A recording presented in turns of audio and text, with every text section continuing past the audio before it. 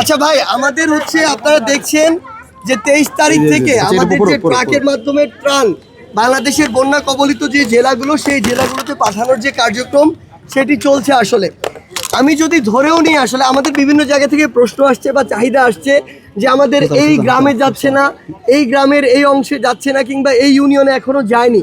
So এই বিষয়গুলোতে আমাদের কিছু আসলে আবদার আছে বা চাওয়া আছে। এই চাওয়াগুলো বাংলাদেশের যারা সামর্থ্যবান মানুষ রয়েছেন তাদের প্রতি। তার পূর্বে আপনাদেরকে যদি একটা স্ট্যাটিস্টিক্স বলি, আমি দেখলাম যে 4টি জেলা বন্যা কবলিত, মূল যদি 4টি প্রধান জেলা ধরি তাহলে হচ্ছে ফেনী, কুমিল্লা, লক্ষ্মীপুর, নোয়াখালী। এই 4টি জেলায় গ্রাম রয়েছে প্রায় 6300। এখন 6300 গ্রামের মধ্যে আমি যদি একটা গ্রামে একটা ট্রাকে আমি ধরছি অ্যারাউন্ড 700 থেকে 1000 খাবার যায় একটা গ্রামে। আসলে একটা, যেহেতু পুরো গ্রামে এফেক্টেড, তার মানে এক ট্রাক একটা গ্রামের জন্যই যথেষ্ট। মানে একটা গ্রামে আমার এক ট্রাকের বেশি হলে আরও ভালো, এরকম একটা অবস্থা। সো আমি যদি একটা গ্রামে একটা ট্রাকও পাঠাই, তার মানে আমার এই 4টি জেলাতে 6300 ট্রাক আমার ত্রাণ পাঠাতে হবে, খাবার পাঠাতে হবে। আমরা 4 দিনে অ্যারাউন্ড ধরেন খাবার পাঠিয়েছি আমাদের এই জায়গা থেকে 100-র কিছু বেশি বা শতাধিক ট্রাক। তার মানে এভারেজ প্রায় 6200 গ্রাম, বা ইভেন আমি যদি ধরি 6000 গ্রামে ট্রাক যে যাওয়ার বিষয়টি, আলাদা আলাদা 6000 ট্রাক আমার প্রয়োজন। আমরা এই জন্য আমাদের জায়গা থেকে যেটি আসলে করেছি, আমরা উপজেলা প্রশাসন বরাবর পাঠিয়েছি, যে কোনো উপজেলা বা সদর উপজেলা। কারণ প্রত্যেকটি গ্রাম সম্পর্কে, গ্রামে কার নিড, এই বিষয়গুলোর লিস্ট আসলে উপজেলা প্রশাসনের কাছে একটি থাকে সামারি আকারে। সো তাদের কাছে পাঠিয়েছি এ কারণে যে ওই প্রত্যেকটি এরিয়া ইন্ডিভিজুয়াল চেনা আমাদের জন্য টাফ, এক। দ্বিতীয়ত, ওই উপজেলার কোন রাস্তাগুলোর কি অবস্থা, সেই জায়গাগুলোতে আমাদের এই ট্রাকগুলো নিয়ে যাওয়া আমাদের জন্য অনেক বেশি সমস্যা। এই জন্য আমরা প্রত্যেকটি ক্ষেত্রে অফিসিয়ালভাবে উপজেলা প্রশাসনের সাথে যোগাযোগ করে তাদের কাছে পাঠিয়েছি। তারা তাদের জায়গা থেকে যেখানে মনে করেছে যে এই গ্রামে বা এই ইউনিয়নে প্রয়োজন, তারা তাদের জায়গা থেকে ওইভাবে পাঠিয়েছে। আমি আপনাকে শুধু গ্রামের স্ট্যাটিস্টিক্স দিয়ে এটি বোঝালাম যে আমি যদি এক গ্রামে একটি করে পাঠাই, তারপরও আমার অ্যারাউন্ড এরকমই হবে, মোর দেন 50% বা তারও বেশি জায়গা আসলে পৌঁছাবে না। এখন এটার সমাধান কি হতে পারে? আসলে এখন এই সংখ্যাটা বেশি হওয়ার কারণে আমাদের কাছে অনেক ভাই বোন আসছেন যারা চাচ্ছেন তাদের ওই এলাকায় পাঠাই, তাদের কাছে ফোন আসছে। কিন্তু আমাদের একটা সীমাবদ্ধতা আছে। এই টিএসসি বা ঢাকা বিশ্ববিদ্যালয় থেকে একদিনে এভারেজে 20টা বা 25টা ট্রাক যদি যায়, এটা দিয়ে পুরোটা কমপ্লিট করা পসিবল না। এই জন্য আমরা চাই বাংলাদেশের যারা সামর্থ্যবান ব্যক্তি রয়েছেন, আমরা তো দেখছি শত কোটি টাকার বা হাজার কোটি টাকার মালিক অনেক ব্যক্তি বাংলাদেশে আছেন। আসলে এই 16 বছরে তারা তৈরি হয়েছেন। তো তাদের আমাদের জায়গা থেকে আমরা রেসপেক্টফুলি প্রথমে আহ্বান জানাচ্ছি। এই টাকা কিভাবে হয়েছে এটা আমরা প্রশ্ন করতে চাই না আপাতত, এটা নিয়ে আমরা একসময় কথা বলবো। কিন্তু আপাতত তাদেরকে রেসপেক্টফুল জায়গা থেকে একটা কথা বলি, আপনাদের জায়গা থেকে ব্যক্তিগত উদ্যোগ নিয়ে আসলে গ্রাম ধরে ধরে এই জায়গাগুলোতে বা ইউনিয়ন ধরে ধরে ত্রাণ পাঠানোর ব্যবস্থা করা উচিত। মানে দেশের এই সংকটকালীন সময়ে এটি করা ছাড়া আমরা যদি এই অবস্থাকে স্থিতিশীল করতে চাই, এটি খুবই টাফ হয়ে যাবে। এটা এক। দ্বিতীয়ত, আরেকটি বিষয়, আমাদের এখানে বেশ কিছু আপনারা আপনাদের জায়গা থেকে আমরা বিভিন্ন সময় দেখেছি যে টিএসসিতে কিংবা সেন্ট্রাল ফিল্ডে অনেক জিনিস আমাদের হচ্ছে এখনও আছে। এখানে বেশিরভাগ যেই জিনিসগুলো আছে, প্রথমত এগুলো হচ্ছে কাপড়।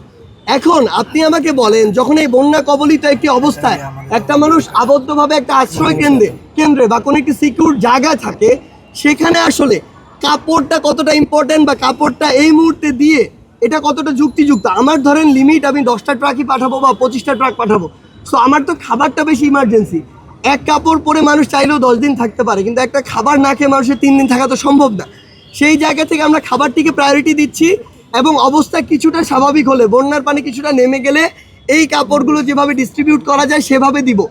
এই জন্য এখন এখানে কাপড়গুলো দেখে হয়তো কিছুটা মনে হচ্ছে অনেকের যে আমাদের ত্রাণগুলো এখানে থাকছে। ত্রাণ থাকছে না, প্রত্যেক দিন তো ত্রাণ আসছে, সেগুলো জমা হচ্ছে। এমন যদি হতো যে এখন আমাদের যতগুলো এখানে ত্রাণ আছে তার ডাবল কোনো দিন আপনি একদিন হঠাৎ করে দেখছেন, তার মানে আমাদের কিছু স্টোর হয়ে গিয়েছে, থেকে গিয়েছে, এমনটা কখনো হয় না। প্রত্যেক দিন আমরা আগের দিনেরগুলো সারা রাতের মধ্যে প্যাক করে ফেলি, আবার সকাল থেকে আসা শুরু করে। এই জন্য আমাদের এখানে আছে, বাট বেশিরভাগই কাপড়। সো সেই জায়গা থেকে আমরা বলি এই কাপড়গুলো আমরা পাঠাবো, জাস্ট পানির অবস্থা যদি কিছুটা স্বাভাবিক হয়, কিছুটা নেমে যায়। আরেকটা জিনিস হচ্ছে, আমরা এখন যারা রয়েছে আসলে তাদেরকে অনুরোধ করব কাপড় না পাঠিয়ে, সেটা আমরা আরও 7 দিন 10 দিন পরে করতে পারি। আমাদের আসলে ত্রাণের প্রয়োজন, অর্থের প্রয়োজন। ত্রাণটা আপনারা যদি নিজেরা কিনে পাঠাতে পারেন সেটা আমাদের জন্য আরও সহজ হয়। কারণ আপনারা যখন অর্থ দিয়ে যান, সেই অর্থ নিয়ে আমাদের আরেকটা দিনকে বাজারে যেতে হয়, আবার সেখান থেকে আনতে হয়। এখানে আসলে অনেকগুলো সেক্টর কাজ করতে হয় এই জায়গাটুকুতে, এবং আমরা যারা, শুধু আমরা না, আপনারা হয়তো এই জিনিসগুলো ওই অঞ্চলটুকুতে প্রথম ফেস করছেন, সেই জায়গায় এটি করা আমাদের জন্য আসলেই কিন্তু চ্যালেঞ্জ। তারপর আমরা আমাদের জায়গা থেকে চেষ্টা করছি। এই জন্য যারা আসলে সহযোগিতা করতে চান আমাদের এখানে এসে, আমরা অনুরোধ করব ত্রাণ দিয়ে। এই মুহূর্তে আমাদের কী কী লাগবে সেটা যদি জাস্ট একটু আমাদের জায়গা থেকে বলি, সেটা হচ্ছে যে আমাদের যে বিস্কুটের বিস্কুটগুলো, বিভিন্ন ধরনের বিস্কুট, এরপরে মোমবাতি, সাবান, লাইটার, ম্যাচ, এই জিনিসগুলো, আলো এবং আগুন সংক্রান্ত, sanitary napkin, tasty saline, coil, চিনি, গুড়, চিরা, মুড়ি, ফিটকিরি, পানি বিশুদ্ধকরণ ট্যাবলেট, এই বিষয়গুলো, আর বাচ্চাদের যে খাবারগুলো, বাচ্চাদের যে বিভিন্ন খাবার এবং মেডিসিনগুলো, আমরা আপনাদেরকে অনুরোধ করব যদি আপনাদের থাকে আপনারা দিয়ে যাবেন, যদি আপনারা দিতে চান, আপনাদের না থাকে তাহলে কাইন্ডলি আপনারা একটু কষ্ট করে কিনে এনে যদি দেন তাহলে আমাদের কাজটা একটু সহজ হয়, আমরা এই জিনিসগুলো দ্রুত পাঠাতে পারি। আর আরেকটি জিনিস আপনাদের উদ্দেশ্যে বলতে চাই, সেটি হচ্ছে যে এই যে বিভিন্ন জায়গায় উপজেলা প্রশাসন থেকে ইউনিয়নের বিভিন্ন জায়গায় আমরা আমাদের জায়গা থেকে বলি, ওই রুট লেভেলে আমরা যারা যেই টিম 2-3 জন এখান থেকে যায়, তাদের কিন্তু প্রত্যেকটা জায়গা চিনে চিনে দেওয়া সম্ভব নয়। প্রত্যেকটা মানুষ আসলে এলাকার প্রতি কিছুটা বায়াসড। এই জায়গায় আমাদের অনুরোধ থাকবে আমাদের এই প্ল্যাটফর্মের পক্ষ থেকে, বৈষম্য বিরোধী ছাত্র আন্দোলনের পক্ষ থেকে, যে যেই এলাকাতেই খাবার যাক না কেন, এটার যেন সমবন্টনটা হয়, এটা আপনাদের ওই এলাকার ওই জায়গা থেকে নিশ্চিত করতে হবে। আমাদের ধরে ধরে করা সম্ভব না। এইটুকু নৈতিকতা কিংবা এইটুকু আপনার ব্যক্তিগত দায়িত্ববোধের জায়গাটি থাকতে হবে যে এলাকায় যখন যায়, হোক উপজেলা প্রশাসনের মাধ্যমে, হোক ট্রাকের মাধ্যমে, একটি পাড়ায় গিয়েছে মানে ওইখানেই খালি করে দিতে হবে, ব্যাপারটা যেন এমন না হয়, এইটুকু দায়িত্ব নিতে হবে। এবং সবচেয়ে ইম্পর্টেন্ট, একটি বা দুইটি প্ল্যাটফর্ম দিয়ে আসলে এখান থেকে ওভারকাম করা খুবই টাফ। আমাদের অনুরোধ থাকবে, এটা যেমন একটা সেক্টর, আমরা দেখেছি আরও বিভিন্ন 2-1টা ফাউন্ডেশন দেখছি যে তারা তাদের জায়গা থেকে খুব ভালো করে কাজ করছে। আমরা চাই বাংলাদেশে অন্তত এরকম 100টা ফাউন্ডেশন এই মুহূর্তে কাজ করুক, বা 100টা ব্যক্তি বা কোম্পানি কাজ করুক, যারা প্রত্যেক দিন এরকম 20টা-25টা করে ত্রাণ ওই এলাকাটিতে পাঠাবে। আরেকটা অনুরোধ করতে চাই, মানসিকভাবে প্রস্তুতি নেওয়ার জন্য বাংলাদেশের সামর্থ্যবান কিংবা অন্তর্বর্তীকালীন সরকার সহ বিদেশি যারা সংগঠন রয়েছেন তাদেরকে এটুকু অনুরোধ করতে চাই, পানি নেমে যাওয়ার পরে যেই চ্যালেঞ্জটা আসছে, এটা সবচেয়ে বড় চ্যালেঞ্জ।